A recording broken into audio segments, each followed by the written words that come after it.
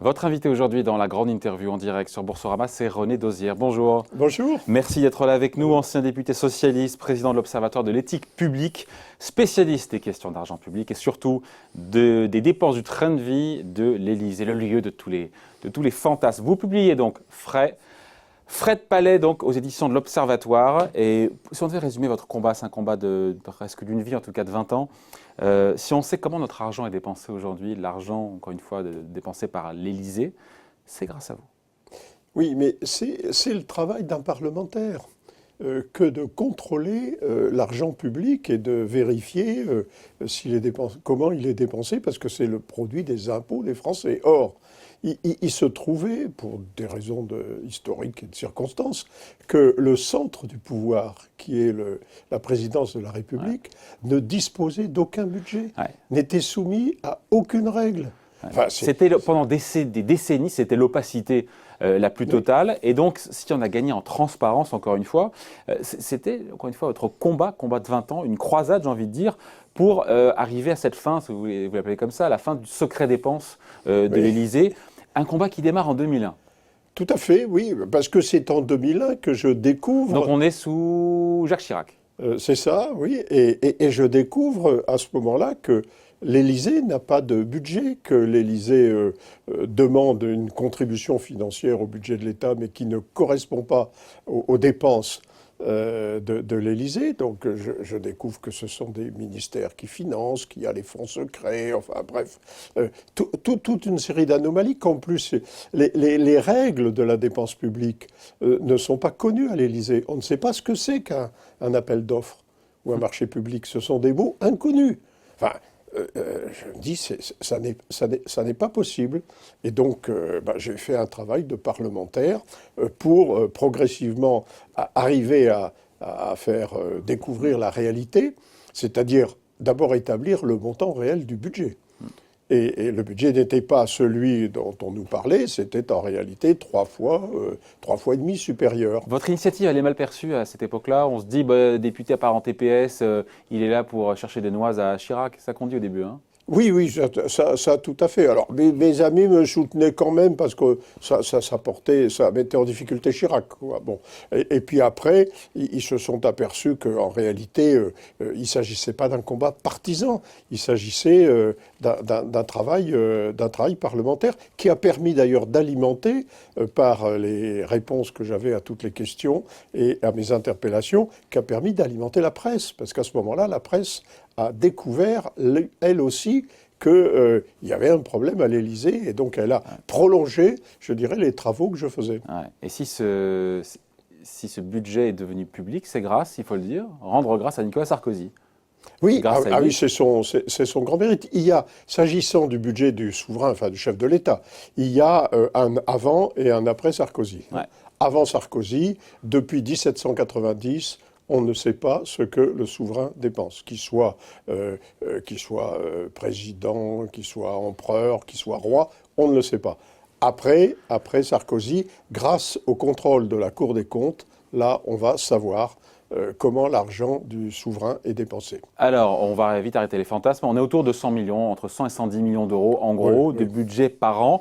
On se dit quoi? On se dit c'est déraisonnable. En même temps, vous faites le calcul, c'est vrai que c'est 2 euros par habitant, finalement, par an. Oui, ce qui est très faible. Et sur la dépense publique, c'est très faible. Sur 1 000 euros de dépenses publiques, c'est plus simple que de parler sur des 1 300 milliards. Ouais. Sur 1 000 euros de dépenses publiques, l'Élysée, c'est 10 centimes. Ouais. 10 centimes. Ouais, mais comme on dit souvent, c'est le symbole qui est derrière aussi. Hein. Oui, non, mais je veux dire, ça n'est pas en réduisant le train de vie de l'Élysée qu'on pourra faire de véritables économies. Ouais. Mais vous avez raison, c'est exemplaire, bien sûr. Bon, et alors en gros, il y a quoi? À quoi servent ces autour de 100 millions d'euros par an? Il y a 800 personnes qui travaillent à l'Élysée. Il faut quand même rappeler que c'est le vaisseau amiral de la République, enfin, je veux dire, l'Élysée. Hein. C'est le château. Hein. Tout à fait. Ah bah écoutez, ça sert... Mais c'est plus Versailles. C'est le château, mais c'est plus Versailles. Non. Encore que la résidence secondaire du président de la République et la lanterne, c'est à Versailles. Ouais. C'est dans le parc du château de Versailles. Bon. Et ben, cette dépense, elle sert au moins pour un tiers à l'action diplomatique du président, c'est-à-dire à des déplacements, pour rencontrer les autres chefs d'État et pour exposer la politique de la France et la défendre. Ça sert en partie à la sécurité du chef de l'État, qui est notre sécurité, parce que le chef de l'État a quand même en charge les intérêts du pays, et notamment sur le plan militaire. Et donc, on voit bien qu'il a besoin d'être protégé. Ce qui fait que le chef de l'État ne se déplace jamais tout seul. Alors, on ne le voit pas toujours. Et naturellement, quand il se déplace, c'est sur lui qu'on focalise. Mais on ne sait pas qu'à côté de lui, derrière lui, il y a plusieurs dizaines de personnes qui sont là pour sa sécurité et pour assurer les transmissions. Et c'est l'Élysée qui paye? Parce que comment s'assurer que certaines dépenses de l'Élysée, notamment de sécurité, ne sont pas en réalité prises en charge par le ministère de l'Intérieur ou par un opérateur public ou par... Si vous voulez, le contrôle de la Cour des comptes permet de le relever. D'ailleurs, cette année, en 2020, l'Élysée reprend dans son budget, pour environ 2 millions d'euros, une dépense qui, jusqu'à présent, était financée par le ministère de l'Intérieur et que la Cour des comptes... Il y en a d'autres encore? Il y a d'autres dépenses Oui, comme ça? il y a de l'ordre de 5 millions de dépenses sur le plan culturel, sur le plan, par exemple, les interprètes qui sont payés par le ministère des Affaires étrangères. Mais le ministère des Affaires étrangères ne demande pas de remboursement. Bon, alors, donc, c'est tout. Et puis, il y a encore la sécurité. La sécurité de la résidence secondaire à Versailles, la Lanterne, est assurée par la gendarmerie. Et là, c'est payé encore par le ministère de l'Intérieur. Bon. Est-ce qu'on peut dire que le budget de l'Élysée aujourd'hui, il est connu, il est contrôlé? Donc il n'y a plus de fantasme possible? Non, il n'y a plus de fantasme possible. Et l'Élysée même a choisi la transparence, communique, si vous voulez. Les journalistes eux-mêmes complètent toutes ces informations par multiplicité des reportages qu'ils font. Non, on est d'ailleurs, de ce point de vue-là, sans doute le pays au monde où les dépenses du chef de l'État sont les mieux connues et les mieux contrôlées. Contrairement à ce qu'on pouvait penser, on n'est pas les champions de la transparence en général, mais s'agissant du chef de l'État, on a réussi à tout regrouper dans un même budget, à le faire contrôler, alors que même aux États-Unis, on ne connaît pas le budget du président des États-Unis parce que toute la sécurité et tous les déplacements sont inconnus, alors que ce sont des sommes faramineuses. Et sur ce budget 2020 de l'Élysée, qui devrait augmenter apparemment un peu moins de 4 millions d'euros, c'est trop pour vous? C'est trop? Non. Est-ce qui vous pose problème, ce budget 2020 de l'Élysée? Non, ce qui pose problème pour le budget 2020, c'est que l'Assemblée nationale n'a pas accompli son rôle de contrôle, de demande d'explication. Et l'Élysée n'a pas donné suffisamment d'explications sur les raisons qui justifient l'augmentation des dépenses. Alors il y a 2 millions de dépenses qui sont, si vous voulez, des dépenses qui viennent du budget du ministère de l'Intérieur, qui par ailleurs ne coûtent rien puisqu'elles vont diminuer dans le budget du ministère de l'Intérieur. Et puis il y a les autres dépenses qui sont les déplacements, le coût des déplacements, etc. Et là, c'est tout, il suffit de l'expliquer. Mais ça n'est plus aujourd'hui, je dirais, un problème. Il n'y a plus de fantasme à avoir.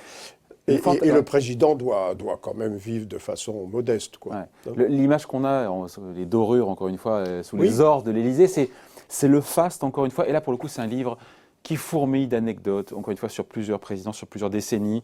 Et j'ai appris que le président François Mitterrand affrétait des avions pour qu'on lui livre des produits gastronomiques régionaux. Mais ça serait encore possible aujourd'hui? C'est plus possible aujourd'hui? Non, aujourd'hui, beaucoup de choses sont impossibles. Des dérives. Du fait de cette transparence. Des dérives, oui, à la fois parce qu'il y a la transparence, on sait ce qui se passe, et puis à la fois parce qu'il y a le contrôle de la Cour des comptes qui évite les dérives. Ouais. D'ailleurs, l'image de la gauche caviar. Vous savez, maintenant, c'est plutôt la gauche cacahuète, parce que quand François Hollande nous recevait, en tant que député socialiste, c'était des chips et des cacahuètes, c'est plus du caviar, comme du temps de Mitterrand. Non, c'est intéressant ce que c'est dit de gauche caviar. En fait, j'ai découvert, mais il y avait les grandes délégations pharaoniques du président Mitterrand, et on parlait des buffets mitterrandiens, alors j'y étais pas convié, mais qui ne se passaient pas sans un grand pot de caviar, un plat de saumon fumé et d'autres poissons traités. Oui, c'est ce que révèlent les chefs de l'Élysée, là. Naturellement, ils étaient aux premières loges pour savoir ce qu'on consommait. Et donc c'est intéressant de vous parler de François Hollande, René Dosière, parce que pour le coup, donc, il recevait avec des chips et des cacahuètes, et il faisait aussi des économies, parce que c'est cette saison, sur le sapin de Noël de l'Élysée. Oui, oui, et puis tout à fait. Et puis notamment sur la fête, c'est-à-dire qu'au lieu de... Il a réduit le train de vie de l'Élysée, pour le coup. Ah Avec... oui, oui, oui, Parce qu'il fortement. paraît je l'ai lu, hein, c'est moins de truffes, moins de caviar, Ah oui, non, mais moins de homard, c'est ça, sous oui, oui, François Hollande. c'est-à-dire qu'on réserve les plats prestigieux et la gastronomie française pour les chefs d'État qui sont en visite Mais officielle pas en pour tout le France, monde. mais pour les autres, eh bien, on a une nourriture plus classique et moins luxueuse. Et puis pour ses amis députés, bah, c'est des chips et des cacahuètes. Chips Oui. et cacahuètes. Bon, elles peuvent être bonnes aussi, vous me direz, les chips et Oui, cacahuètes. Hein. oui, enfin pas plus que d'ordinaire. Si elles sont maison. Si on remonte un peu dans le temps, René Dosière, Georges Pompidou, encore une fois, on n'imagine pas ça aujourd'hui, qui, lors d'un déplacement au Brésil, a dépêché un avion pour qu'on lui rapporte 75 laitues de Rungis. Mais là, on se dit, mais pareil, Oui, c'est alors d'un ça, autre temps. c'est une dérive qui n'existe plus. C'est Jacques Chirac qui y a mis fin. Mais c'est Pompidou qui, le premier, a mis en place, lors des déplacements du chef de l'État à l'étranger, un dîner de retour. Alors, à l'ambassade de France du pays, le président invitait son hôte. Et avec des produits français, et tout venait de France. Les cuisiniers, les produits, la vaisselle, dont certains éléments viennent de Louis-Philippe, enfin, vous vous rendez compte, c'est des pièces rares, tous les verres, tout venait, et la nourriture. Puis quand on s'apercevait que la nourriture à l'arrivée n'était plus consommable, bah, hop, on passait un coup de téléphone pour que, à l'occasion de la visite du président, on amène la nourriture fraîche. Qu'est-ce qu'on retient, puisqu'on n'a pas encore parlé de Jacques Chirac, on remonte un peu dans le temps. Qu'est-ce qu'on retient de cette présidence? Elle était, on a coutume de dire qu'il mangeait beaucoup, mais... Oui, Jacques Chirac avait un rapport très ambigu avec l'argent, on l'a vu. Par contre, il n'allait pas dans les soirées, il vivait, je dirais, simplement. Il a fait un certain nombre d'économies. C'est lui qui, notamment, a supprimé ce fameux repas de retour, là, qui coûtait les yeux de la tête. Hein. Le repas de retour, c'est... Le repas de retour, c'est-à-dire, c'est celui que le président organisait lors de ses visites à l'étranger, en faisant venir tout l'Élysée, quasiment, toute la cuisine de l'Élysée en avion à l'étranger. Il a supprimé ça. Il a aussi supprimé les chasses présidentielles. Ah oui, ouais. Mais enfin, ça, là, c'est un peu particulier, les chasses présidentielles. Sarkozy les a également supprimées. Hein, et Macron voudrait les ressusciter. Enfin, ouais, les chasses, ça, c'est un mythe qui revient régulièrement. À propos de François Hollande, il y avait des dépenses de coiffeur, non, c'est pas importante sous François Oui, Hollande? alors le président de la République, comme son conjoint, d'ailleurs, sont soumis au flash et sans arrêt aux caméras. Et donc, il faut qu'il soit toujours impeccable. Ouais. Hein, alors, maquillage, coiffure, etc. Et donc, chacun a essayé sa méthode. Sarkozy faisait appel à un cabinet spécialisé, ça coûtait très cher. C'était des prestations de service. Hollande a dit, je vais faire moins cher. Il a recruté une personne, mais elle a abandonné son cabinet et ça coûtait 9 000 € par mois. C'était un traitement qui était égal à celui d'un ministre. Manifestement, c'était trop. Emmanuel Macron, eh bien, lui, finalement, a réduit le traitement, c'est 5 000 € par mois. Mais ça veut dire que c'est une personne qui est là à la disposition de la conjointe et à disposition du président et qui peut à tout moment se déplacer avec le président. Donc, c'est assez contraignant. Mais ce sont les Français qui veulent que le président soit toujours impeccable, bien maquillé, bien habillé. Pour bien les représenter. Bon, hein. C'est donc grâce à Nicolas Sarkozy qu'on a pu avoir cette transparence sur le train de vie de l'Élysée. Et c'est lui, pour le coup, on a découvert qu'il avait aussi ses petites folies. Enfin, 17 millions d'euros pour 3 heures de sommet, le sommet de la Méditerranée, c'est ça. En 2008, 3 heures de sommet, 17 millions d'euros. Waouh! Oui, alors Nicolas C'est la Sarkozy folie à était grandeur, ça, très, hein. très volontariste. Quand il est arrivé, vous savez, il était dans la lignée de ses prédécesseurs, c'est-à-dire qu'on dépensait sans compter. Et au bout de quelques mois, quand il a décidé de mettre en place un vrai budget contrôlé, eh bien là, ses collaborateurs, en particulier son directeur de cabinet, a serré les boulons. Et puis là, il s'est mis à compter. Donc, il a fait des économies quand même, un peu. Bon, hein. Ouais, c'est une info qui est sortie au début du mois de novembre. C'est l'Obs qui sort ça sur Emmanuel Macron, comme quoi il y aurait eu quasiment 700 000 euros, 680 000 euros de frais de ménage en 2018.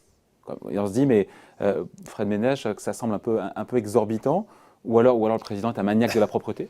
Oui, alors ce qu'on n'a pas, c'est le nettoyage des locaux de l'Élysée. Alors l'Élysée d'une part, les bâtiments annexes de l'Élysée, Donc rien de ils sont choquant. très nombreux. Rien de choquant. Mais ça veut dire que si on paye 600 000 euros de frais de nettoyage, ça veut dire qu'il y a des personnels de l'Élysée qui avant étaient payés par l'Élysée qui ne font plus ce travail. Ouais. Donc d'un autre côté, on fait des économies sur les frais de personnel. Ouais. Donc Sauf- c'est une externalisation. Ouais. Alors il faut toujours Il faut être savoir si ce prudent. personnel est resté à l'Élysée ou s'il est parti aussi, hein.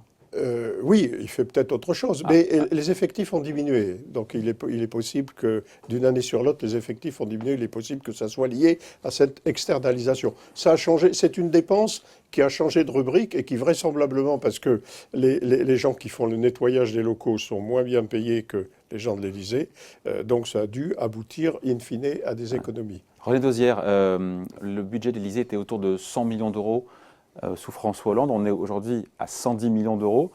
On en déduit quoi? Que le président actuel, Macron, est plus dépensé que François Hollande, c'est ça la conclusion? Bah, oui, ceci dit, bon, il se déplace davantage, il y a davantage de coûts pour la sécurité, c'est là où il faut régulièrement Il y a 10 contrôler. millions d'écart, quoi. D'où viennent ces 10 millions d'écart entre François Hollande et Emmanuel Macron? Oui, et puis les déplacements, mais alors... Il y a Brégançon aussi, à la rénovation de Et Brégançon. il y a Le fort Brégançon, Brégançon. ça a coûté à peu près 7 à 800 000 euros. Il a fallu remettre en état les locaux pour pouvoir à la fois loger le président et son épouse, et puis pouvoir accueillir des chefs d'État étrangers. Or, Brégançon n'était plus utilisé depuis longtemps. Ouais. Et donc le train de vie, encore une fois, de l'Élysée, sous Macron, comment on le juge alors? À l'aune de ses prédécesseurs. Bah, écoutez, je crois que pour l'instant, il essaie de moderniser un petit peu l'Élysée, mais Tout en étant plus dépensier. non, il ne fait pas. Oui, il dépense un peu plus, mais tout ça n'est pas excessif compte tenu des contrôles qui sont faits. Il est toujours surveillé, c'est ça qui est Ouais. important. Donc le plus économe, c'était François Hollande, le plus dépensier, c'était Nicolas Sarkozy, c'est ça? Si on devait résumer dans les présidents oui, récents?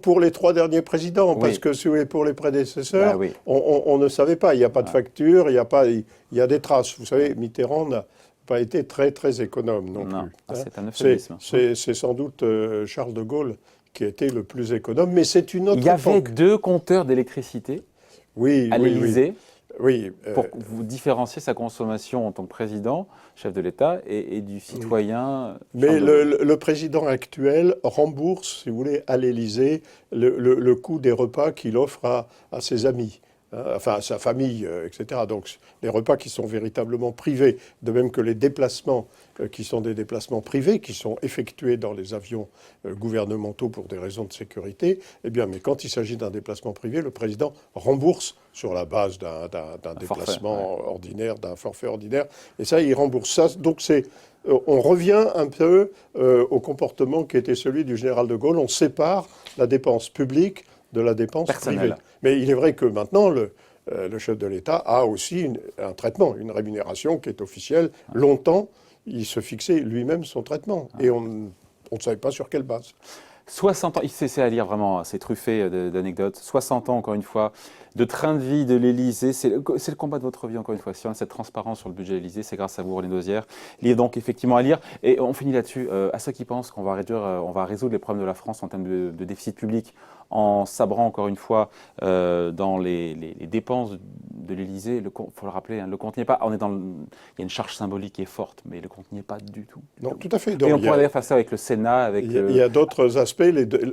Pardon, sur on le... pourrait aussi dire la même chose de l'Assemblée nationale, du Sénat. Après, encore une fois, quand on met tout ça bout à bout, peut-être qu'on arrive à 1 ou 2 milliards, mais Au final, c'est pas ça qui résout le problème. Ça fait, encore une fois, si on compte le Sénat, l'Assemblée, la présidence, le gouvernement, ça vous fait 1 euro sur 1000 euros de dépenses publiques. Donc c'est vrai que on y fait attention, c'est exemplaire, il faut montrer Voilà, il y a l'exemple. cette notion d'exemplarité. Mais ça n'est pas là qu'on fera des économies. C'est plutôt avec l'ensemble des Mais il faut montrer l'exemple. Avec les dépenses sociales en particulier, les dépenses de personnel, la fonction publique. Enfin, ce sont les grandes masses, je dirais. Mais il faut montrer l'exemple. Ah bah oui. Écoutez, si les responsables ne sont pas exemplaires, comment voulez-vous, après, demander des sacrifices aux Français? On ne vit pas modestement à l'Élysée aujourd'hui. Non, le décor est luxueux, ouais. Mais le train de vie du président peut être plus modeste. C'est à lui à inventer une sorte de style à la française qui conjugue à la fois le luxe des décors, ça, le président n'en est que locataire, et puis un style de vie. Il n'est pas obligé de prendre, par exemple, des costumes à 10 000 euros, enfin, par exemple, non, il peut s'habiller comme tout le monde. Et pour vous, c'est le cas du président Macron ?